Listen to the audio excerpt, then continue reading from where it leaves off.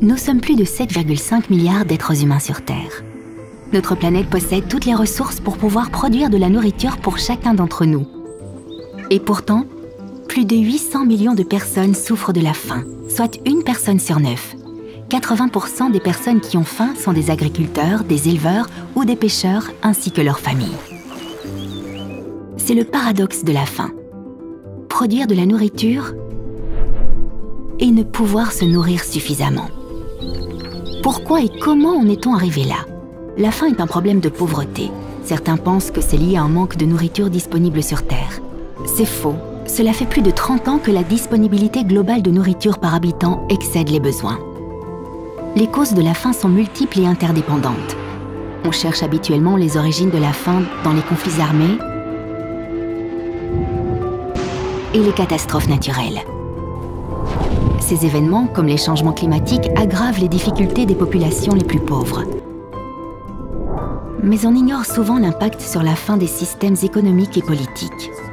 Tant au nord qu'au sud, ils sont également responsables de cette situation et influencent les conditions de vie de milliards de personnes à travers le monde.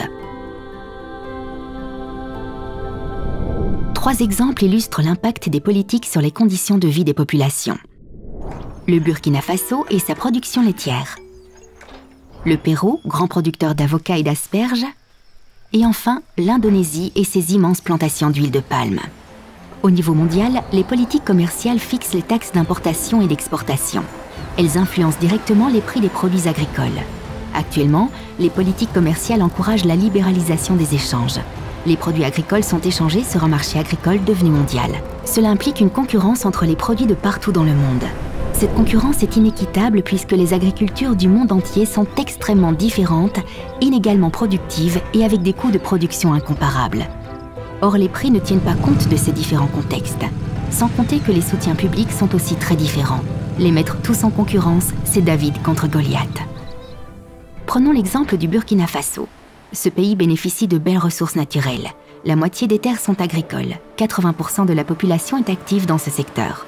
Pourtant, 21% de la population souffre de la faim. Alors qu'une vache burkinabé produit entre 1 et 5 litres de lait par jour, une vache européenne en produit entre 25 et 30. L'agriculteur européen parvient donc à vendre son lait bien moins cher. Les mettre en concurrence sur le marché mondial, c'est mettre en concurrence un poids plume contre un poids lourd. Les prix bas sur le marché mondial ne couvrent pas les coûts de production de la majorité des agricultures du monde. Pour reprendre notre exemple, le consommateur burkinabé achètera plus facilement du lait européen moins cher que du lait local. Le producteur burkinabé, face à cette concurrence, est poussé à baisser ses prix, ce qui l'enlise dans la pauvreté. Un certain nombre de producteurs du Burkina Faso vont alors se détourner de ce secteur car il ne leur permet plus de gagner leur vie correctement. Cela augmente le besoin en produits alimentaires importés et le pays devient alors de plus en plus dépendant du marché international. Et quand les prix des produits importés grimpent, ce sont autant de millions de consommateurs pauvres qui ne peuvent manger à leur faim.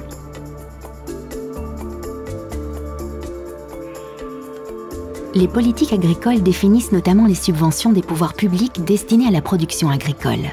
Celles-ci peuvent encourager certains produits et modes de production par rapport à d'autres.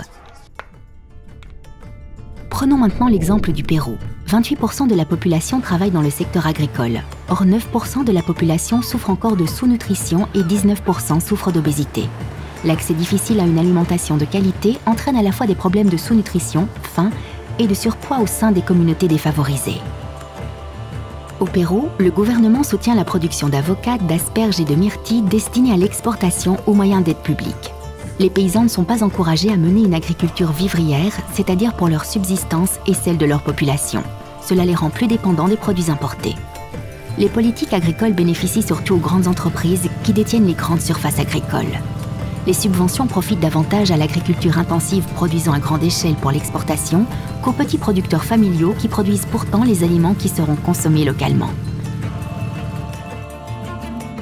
Les politiques énergétiques actuelles valorisent la culture d'agrocarburants à base de colza, de canne à sucre ou d'huile de palme comme alternative aux énergies fossiles, charbon, pétrole, gaz.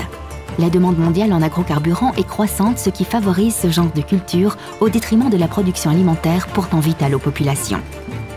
Prenons la direction de l'Indonésie pour illustrer l'impact de cette politique énergétique. plus de 30% de sa population travaille dans le secteur de l'agriculture. Malgré cela, la moitié des habitants vit sous le seuil de pauvreté et 8% de cette population est touchée par la sous-nutrition. Sous l'impulsion du gouvernement, l'Indonésie a augmenté sa production en huile de palme pour satisfaire la demande mondiale en agrocarburants. Les terres destinées à la production d'huile de palme ont été multipliées par 10 entre 1990 et 2014 au détriment d'autres cultures et surtout des forêts primaires. Le pays est maintenant devenu le premier producteur et exportateur mondial d'huile de palme. En Europe, par exemple, plus de la moitié de l'huile de palme importée finit dans les réservoirs de nos voitures. Autrefois autosuffisante dans la production de denrées alimentaires, l'Indonésie est devenue dépendante des marchés internationaux pour l'importation de 6 produits alimentaires de première nécessité. La farine de blé, le soja, la volaille, la viande de bœuf, les œufs et le lait. Cette situation pousse donc de plus en plus de paysans à cultiver des produits qui finiront par alimenter des moteurs plutôt que de remplir les assiettes des Indonésiens. Une lutte inégale mais qui affecte tous les petits producteurs de la planète. Les politiques agricoles, commerciales et énergétiques affaiblissent systématiquement les petits producteurs agricoles qui sont aussi les plus pauvres et qui, par ce fait, souffrent de la faim.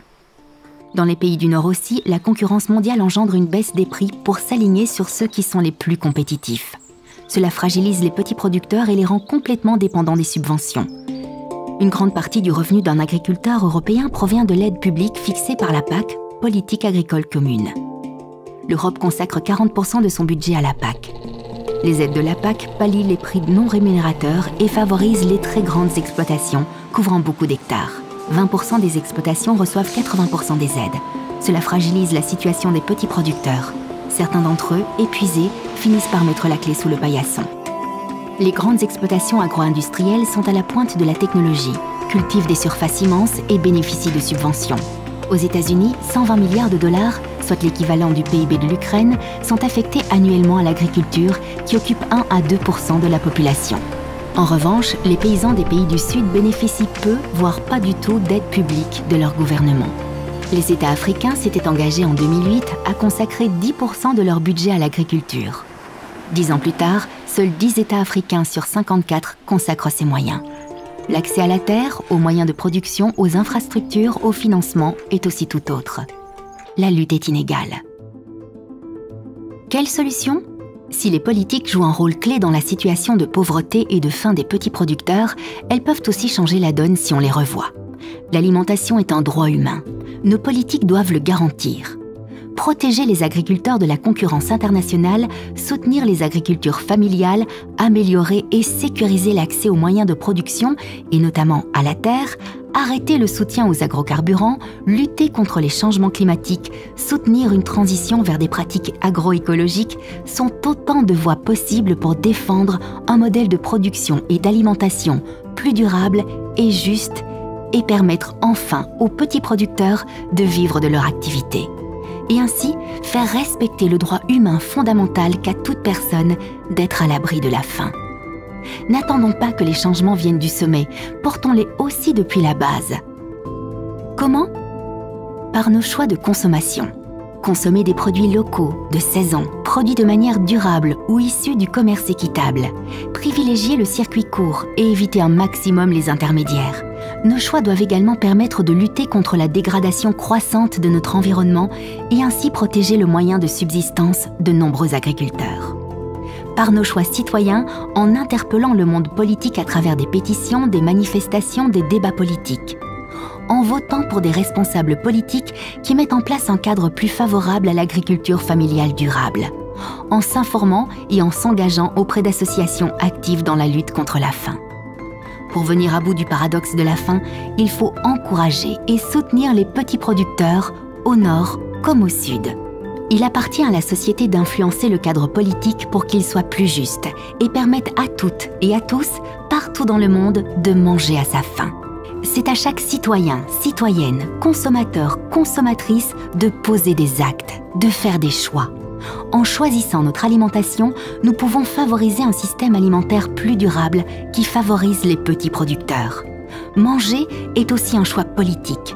Ne l'oublions pas. Nous sommes le système. Rendons-le plus juste et soutenable.